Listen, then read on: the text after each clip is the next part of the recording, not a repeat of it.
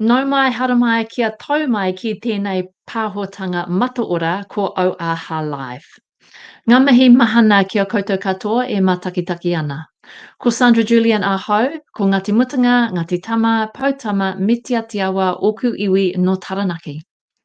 Kia ora and welcome to another episode of Auaha Live. I'm your host, Sandra Julian. I'm the founder of Auaha, a business event agency and BIA approved professional conference organizer. These sessions are designed to provide you with some insight to what goes on behind the scenes when planning and delivering a business event. It is my hope that you walk away from these sessions with some nuggets of information that help you level up the aspects of your events that you're planning and that you're working on. So, without too much more delay, I want to introduce you to today's guest, which is Vivian Lyngdoh, who is currently the co-chair of the Wellington Pride Festival and is deeply passionate about rainbow communities and anti-racism work. Viv, kia ora and welcome to Auaha Live. Kia ora, namaste, Sandra. Thank you so much for having me today. You're welcome. I'm really pleased that you said yes to coming and having a conversation, because what we're about to talk about today is a big topic.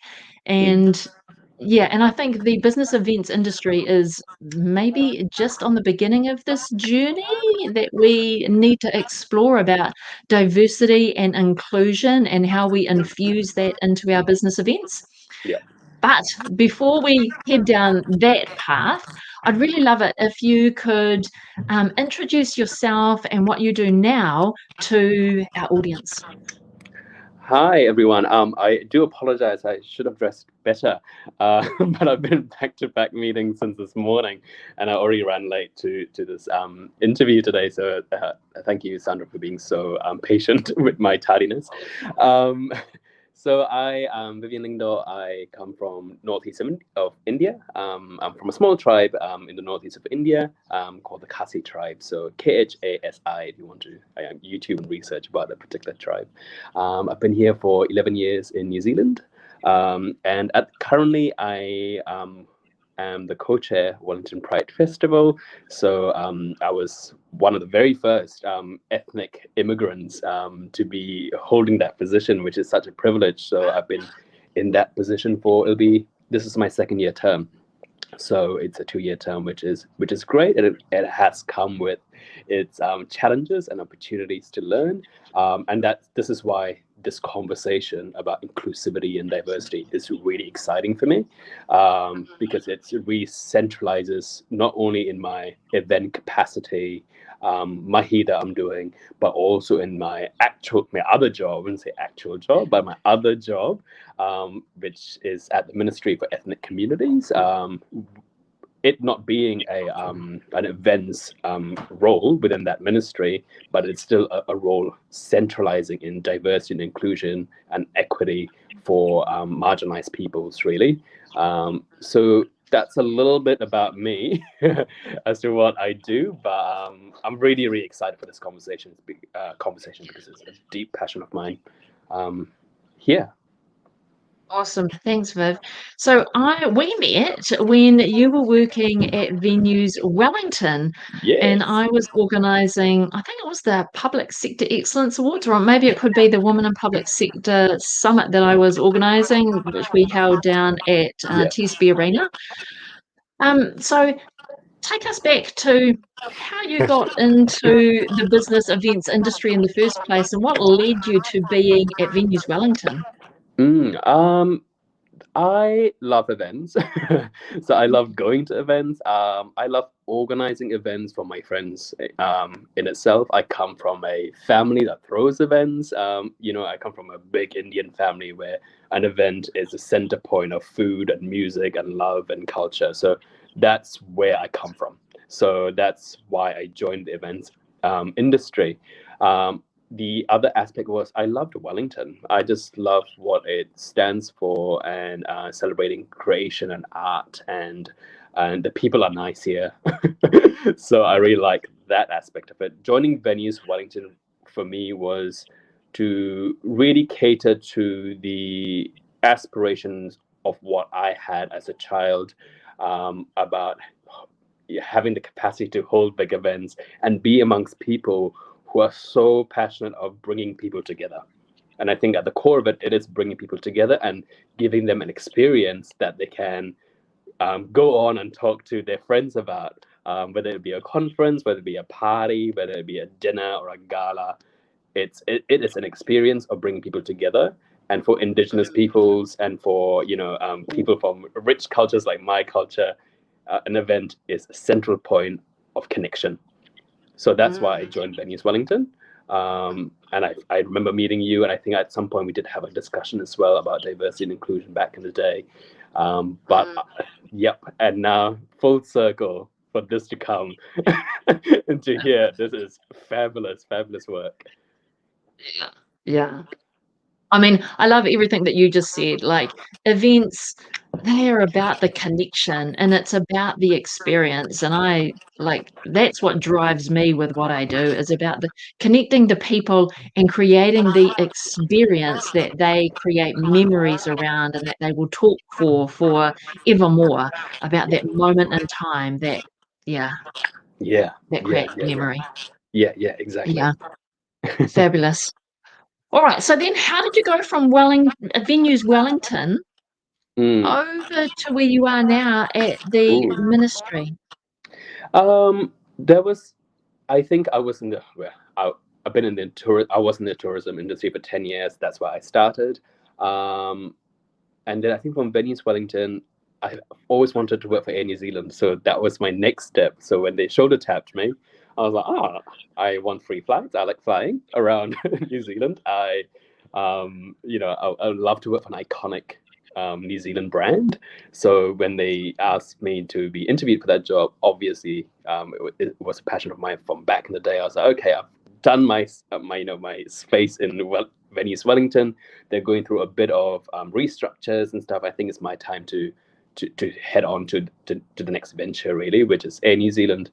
And then last year, unfortunately, Air New Zealand went through the whole restructure situation with COVID. I had the privilege of still retaining my job within that, but because it was such a challenge for me to navigate the space of corporate at that point, and how it was all about making money at some point, and I really had to dive into what really moves me. And what moved me was my care for community and my care for either platforming a voice like myself, who is a queer person, a brown person, an immigrant, because it was a dream to see people like myself in platforms. And because there was a lack of it, why not just throw yourself at it? So when the opportunity presented itself for the Ministry for Ethnic Communities, to be honest, I didn't think I was going to get a job. And I was like, you know what? I'll just apply for it.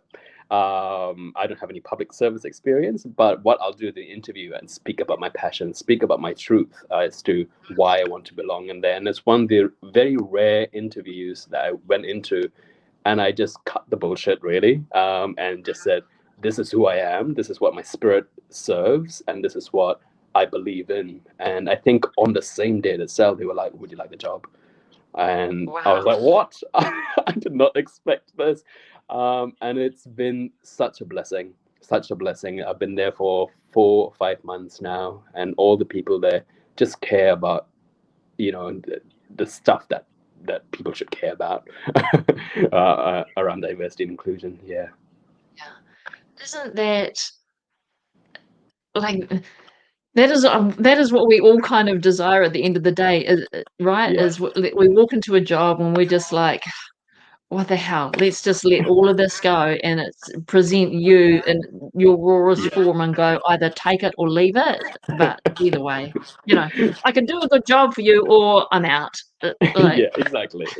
How cool. None of us have the courage enough to do that.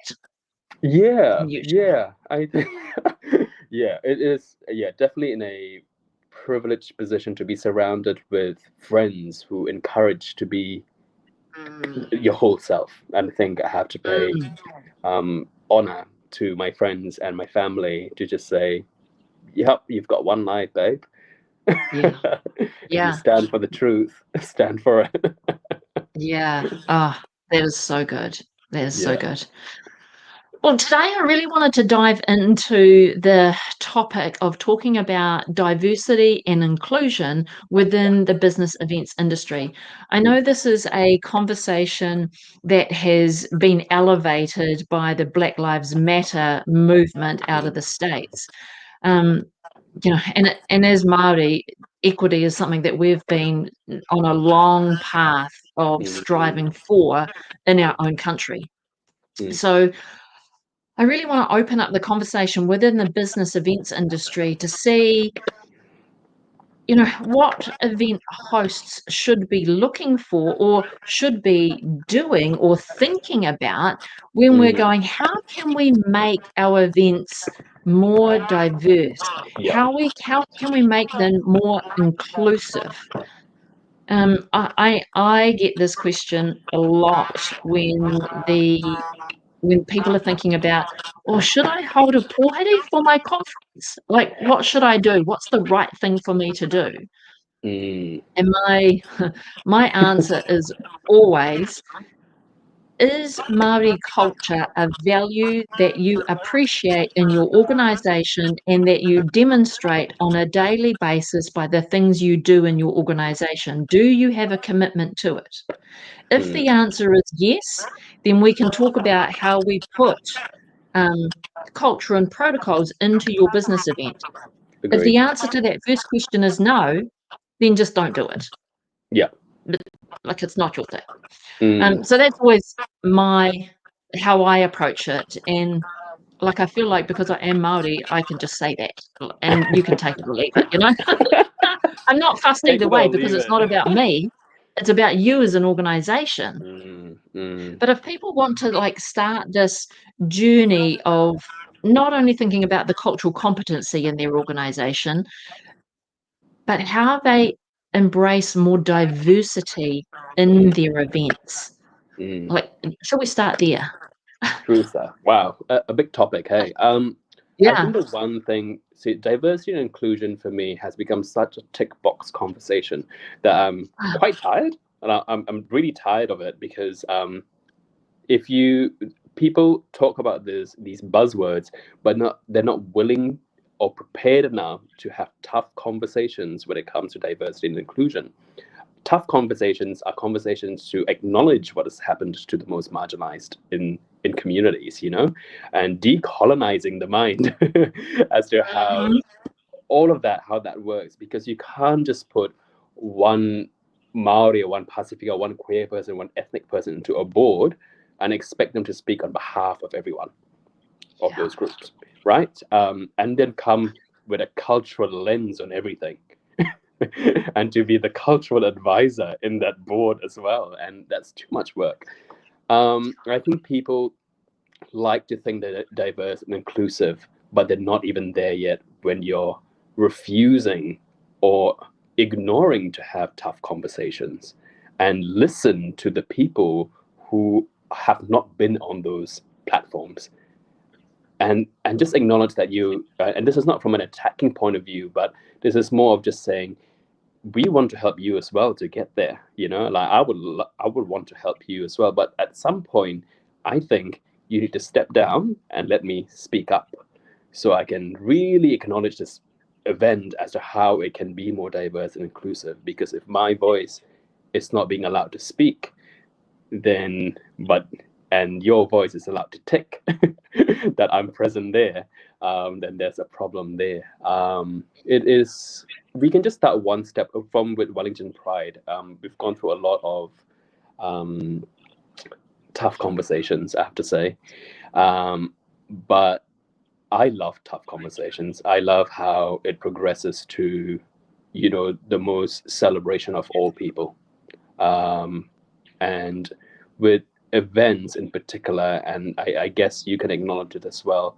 Um, in Even if we look at panels, sometimes the panel discussion itself, you're like, I don't see myself in these people. And I don't. That's why I don't go to panel forums anymore. I'm like, it's just the same people I hear talking about diversity and inclusion, and yet they're not even from those spaces. Mm, mm. Yeah. Let's begin at there. Yes, yeah. I mean, yeah, where do we where do you even start from that point? Yeah, how do you need to see yourself in those environments? Mm, But the other thing that I've been having some conversations around lately is, are you judging people by the color of your skin? You know, mm, because I'm a fair-skinned Māori, mm, so if I mean, and you could call that my privilege, because it mm, allows me to move in spaces, yeah. because of my skin color. But Mm, being judged by my skin color is something that I'm like, no, don't do that. yeah. Yeah. So Yeah. that in itself is, yeah. Yeah. How do you see yourself? Yeah. I guess diverse events, if we look at the internal framework of diverse events, it's building a diverse team first. If you can build Mm, that, and if you don't have the capacity to build that, you can start communicating with the communities, because not all of us have the money, um, and not all of us have the capacity as well to be in every board. But if we can still acknowledge, bringing communities into discussion as to how an event will work and how an event should be, um, that will be great. Yeah, I think building a diverse team should be great, and how to be inclusive of those diverse people will be better. um, yeah, I think that's one way of looking at it. And then, you know, with Wellington Pride, when we moved into making most of our key events, actually all of our key events, to be accessible. Whether and accessibility can just be whether it's physical accessibility or it's financial accessibility. We made tickets cheaper, or we made our events free, and that's obviously, not everyone can do that, but we had the capacity to do that. And we asked people to contact us if they didn't have money. We were like, if you don't have the money, contact us and we'll see what we can do for you. It's just that tier ticketing as well, or financial accessibility, which has really helped in our rainbow spaces. Auckland does that. We do that, with whether we make it free or whether we make it as cheap as possible for our communities who are already suffering. Yeah, it's so much intersection they have to think of, but it's worthwhile intersections that we're thinking of.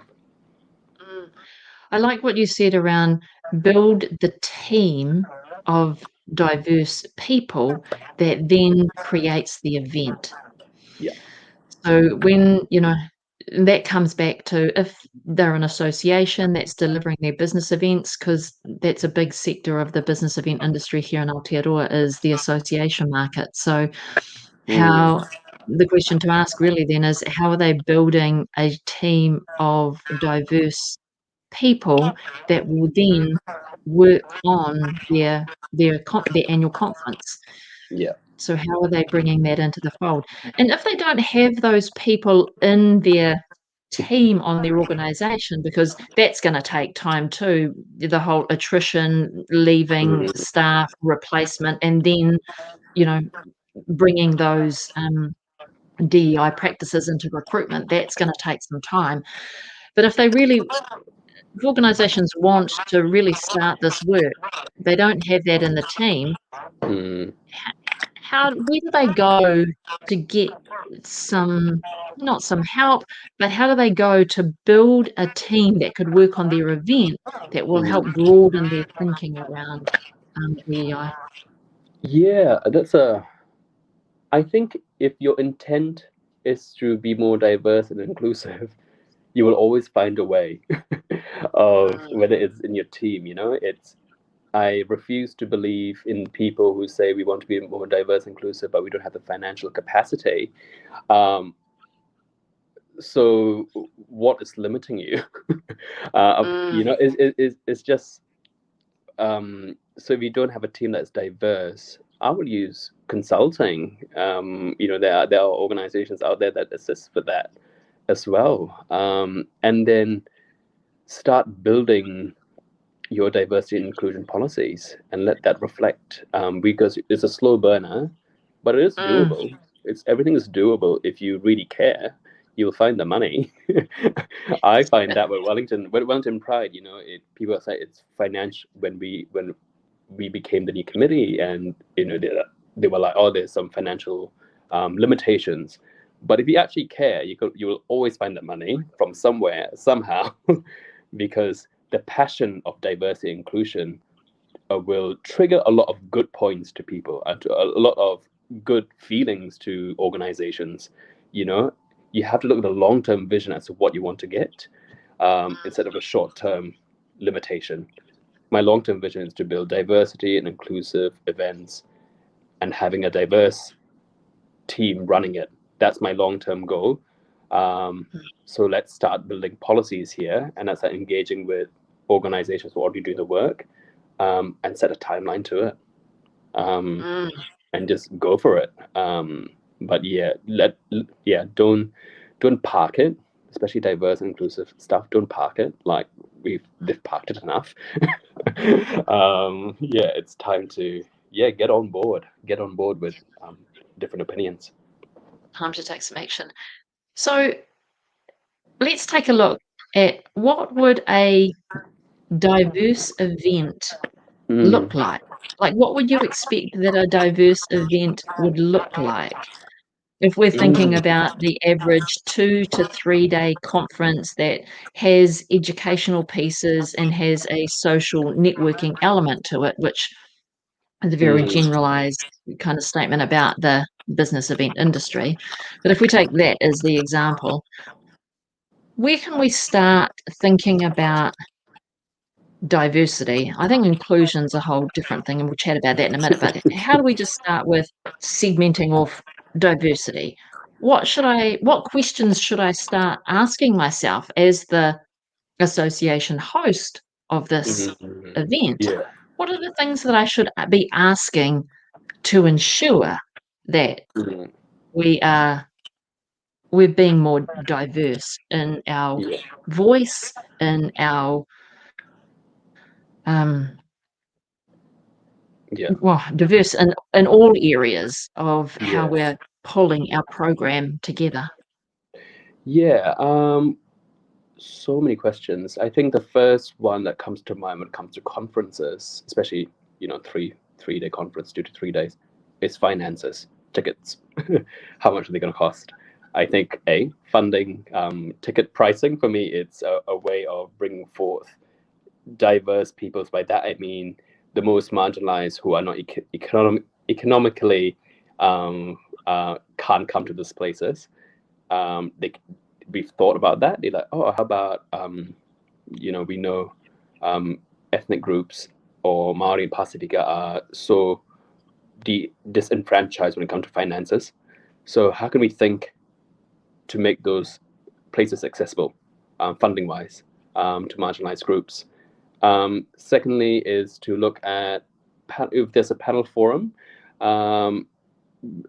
engage with, I love to engage with population agencies, like the Ministry for Ethnic Communities, the Ministry for Pacifica Peoples, the TPK, Rainbow organizations, saying, hey, do you have any leads that are experts in speaking about a particular field? And then they'll come up with names, and that's one way of doing things. So just ensuring that the entire panel forum is diverse in itself. What else is there?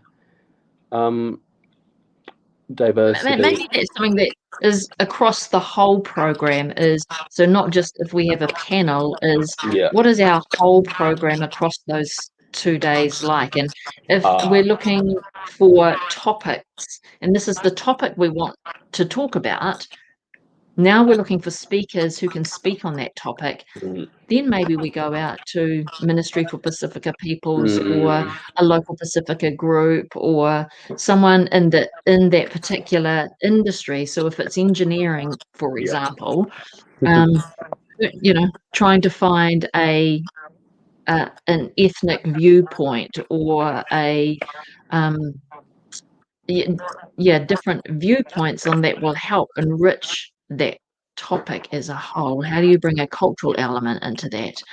I think So I it's think, cultural advisors. You have to have a cultural advisor in your team.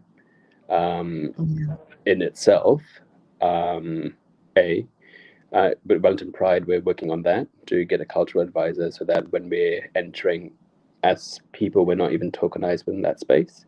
I think that's one way of doing things. How would the program look? There's so many parts of diverse topics to have, whether it comes from a rainbow perspective. For us, it's doing anti-racism work within the rainbow communities, bringing our trans whānau into the conversation. That's a tough one because it depends on what space you're looking at in diversity. You can't cater to the entire intersections. That's one way. Or if you look at engineering, and that's just getting voices from those sections to represent their voices apart from the norm. But I think diversity sometimes gets what I'm trying to say is diversity sometimes gets painted with one brush, and you're like, let's talk about everything, and nothing gets solved. I think it has to be siloed more, and then throw conferences around that.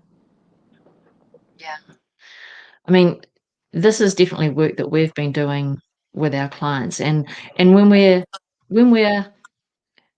starting the program, it's top of mind.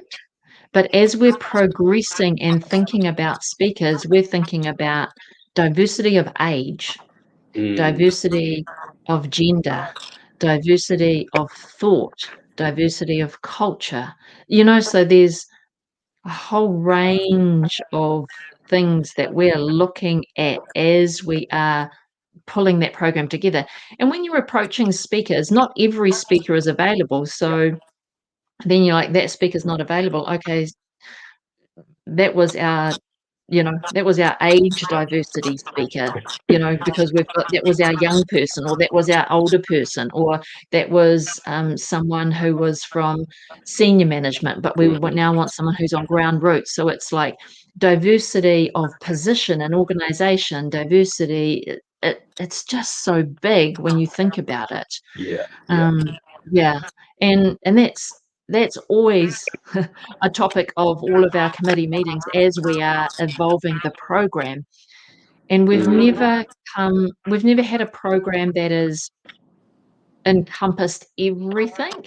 I think as long as the program that you do have demonstrates a diversity of age, thought, gender, race, socioeconomic position. There's so much to navigate in that area. But I mean, that's just some of the things that we're thinking about as we're like pulling that program together. And every time I'm thinking, what have we haven't thought of?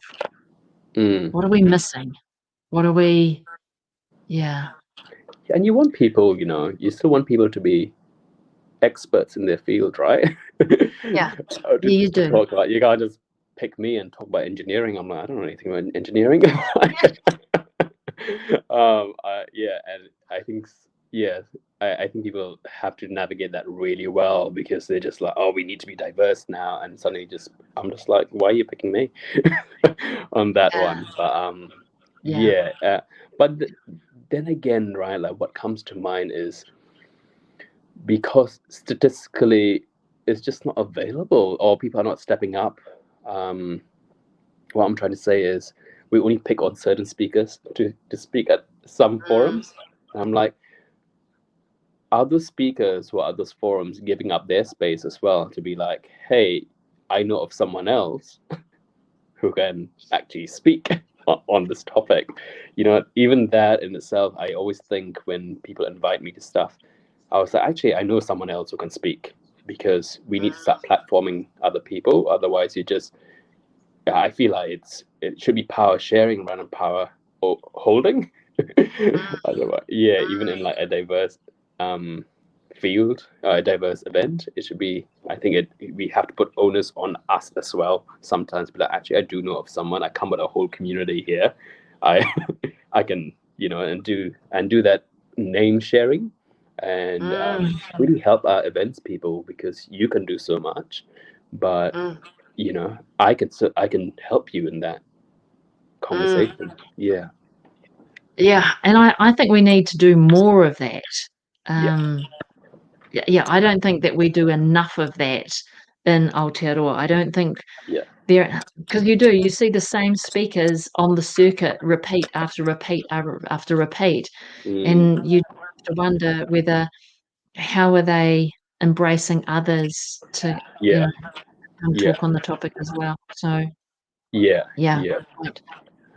Um, how do you see inclusion, if we have to think about inclusion within our event, Yeah. um, financial inclusion is one thing, but Yeah. what are the other questions event hosts need to be asking themselves if they are wanting to make their events more inclusive? What are some good questions that they should be asking?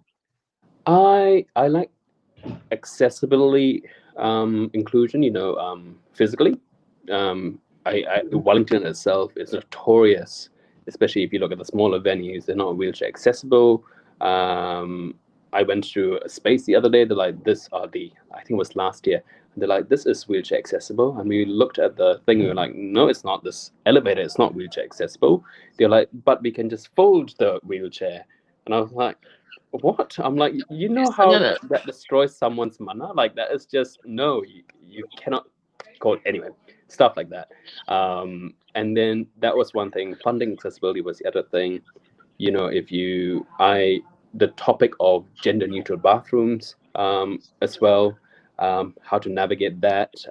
Obviously, all our events in Pride are, but even with that though, if you look at Muslim faith, right, like you have to have specific female and male, because I work in this particular field now, and they're like you have to have male and female separate in a queer scene for Muslim people. How would that look, as well? So stuff to ask yourself. What else is there? So inclusivity. Um, you I think the one thing which I learned when we threw an event at Pride for the youth ball, it was for neurodiverse people. How did that work? Because we threw it at one of the venues in Wellington, and it was so loud inside that neurodiverse people was too much. So we had to have like silent spaces for people to just go chill out. We had to have chill out zones, and I needed that as well because I just can't do too much noise. So just separate out from that. I really like that thought that came. I'm like, I never thought of that, and that just came out a person who was neurodiverse and said, "Have you thought of this?" I was like, that's great. So we'll think about that next year. I think introvert friendly spaces as well in events where you can just sort of chill out by yourself. And food choices. I think for me, this is so important because I love food. But let's stop having just sausage rolls, please, all the time, and quiches. But yeah, I think inclusive food choices, that as well. So food, um, what was it? Food, accessibility, um, chill out zones. Definitely, those are the three key things I look at this stage. And then the panel and stuff like that we already talked about. But yeah. Yeah. Yeah, nice. Yeah, there was one event that we did where we had a nursing room, so somewhere where new mums could go breastfeed their babies. So if they needed to bring baby with them, then they could have a space that they could, go and breastfeed if, and change baby and have a bit of a separate space rather than having to do it out where everybody was. So that was something else that we did for a one event, especially that was our target audience. Um, Mm, Yeah, so it does depend on audience That to you're some right, degree as bang on the well. dot. Yeah, and Mm, know the core of what your event is and who your audience are. yeah. And it'll be good. I think I'm not too sure whether you run it, but a pre-survey to all the, the registrants of the event as to what accessibility means to them, and that might be run, 2-3 weeks prior, and you can cater to that. That's a good And idea. yeah, I think that it's just understanding your audience rather than leaving it after the event, a survey. You're like, how about we bring it before the event? And that's quite easily doable, right? Yeah, yeah. I mean, that's something that we now do with all of our events is on the registration form, we have a question about, accessibility and mobility. Mm, Um, mm, and and because it's not we just don't wanna know, "Are you coming in a wheelchair?" We wanna know all of the other accessibility, um, things that you want us to think about.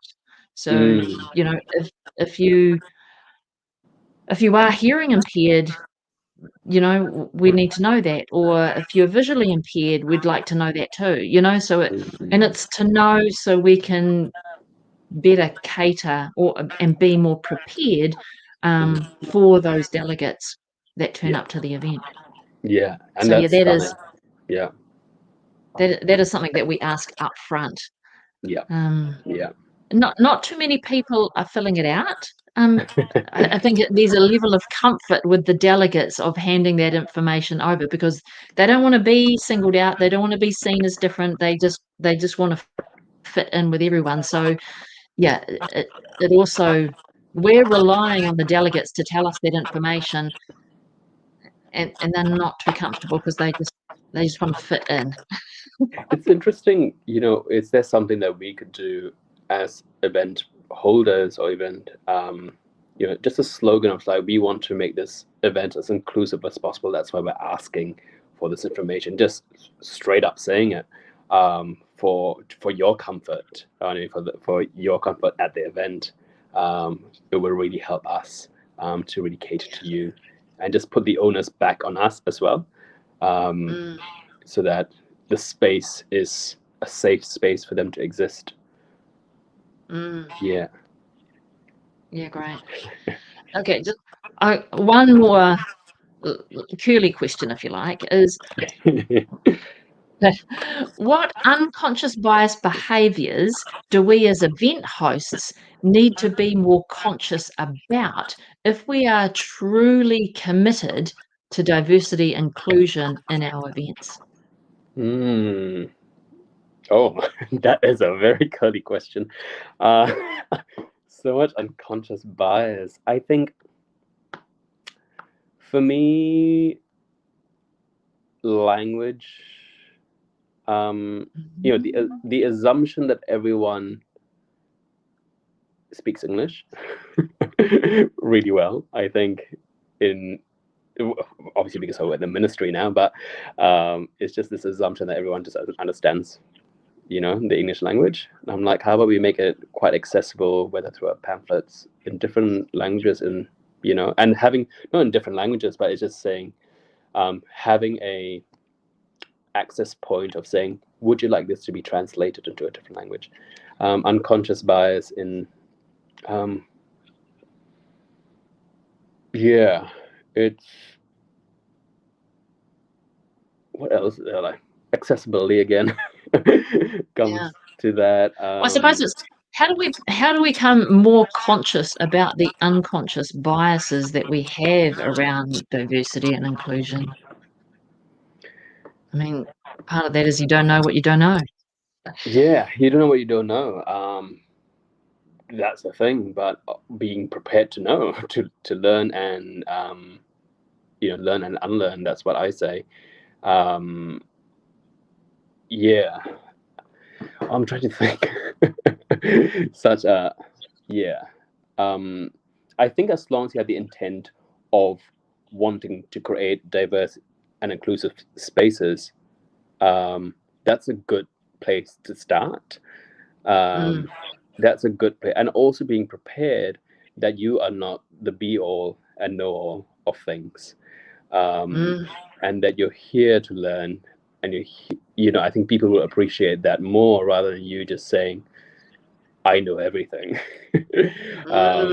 Be prepared. I think be prepared to be, when you talk about diversity and inclusion, it's all the time you'll be called out, and that's fine. But don't take that too personally as well, because these spaces are just being talked about, like you said in the beginning.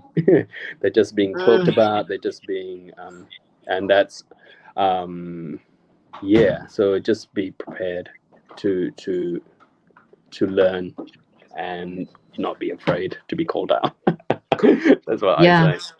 Yeah, because sometimes we are too afraid to say what we feel because we might get shot down, or people might think less of us, or people might not agree with us, or so we tend to stay silent. So Yeah. good point. All right, Viv. I know we've chatted on, and I could always chat to you for a long time. But just one question I always ask everyone before we wrap up is, what is the one aha moment that you've had in your career so far? My one aha. Oh my God, so many. But I guess it's like linking it back to the beginning of this interview is to speak your truth, especially when when so many parts of you have been marginalized and being told that you're the other. There's no time to rest, but being told that you're the other. I think when you enter spaces, own who you are, and I think that's what coming into the ministry was all about. And that interview that I had was just letting go of the bullshit and just saying, this is what I care for, and you take it or leave it. And apparently they took it. So I think that was a powerful moment for me. Yeah, I love that. That's so good.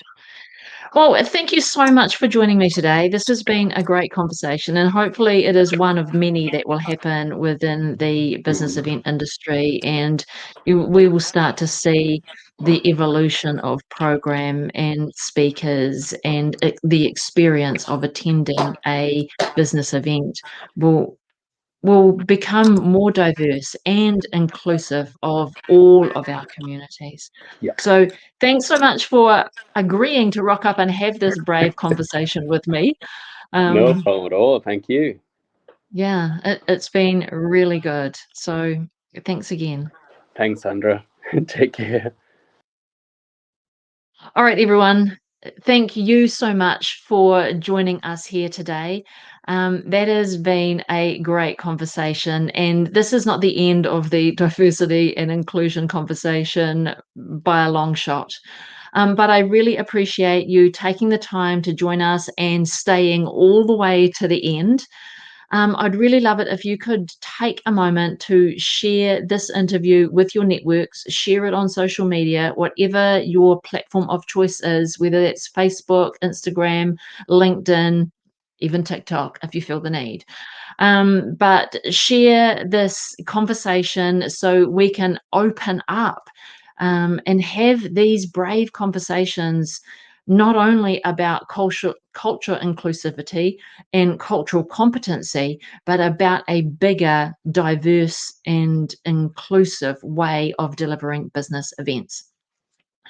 So before I leave you today, just a reminder that if you want to know when the next episode of Auaha Live comes out, then you can either head on over to our Facebook page, like the page, you'll get notified, or you can join our email list by going over to auaha.co.nz and filling in your details and subscribing to the list.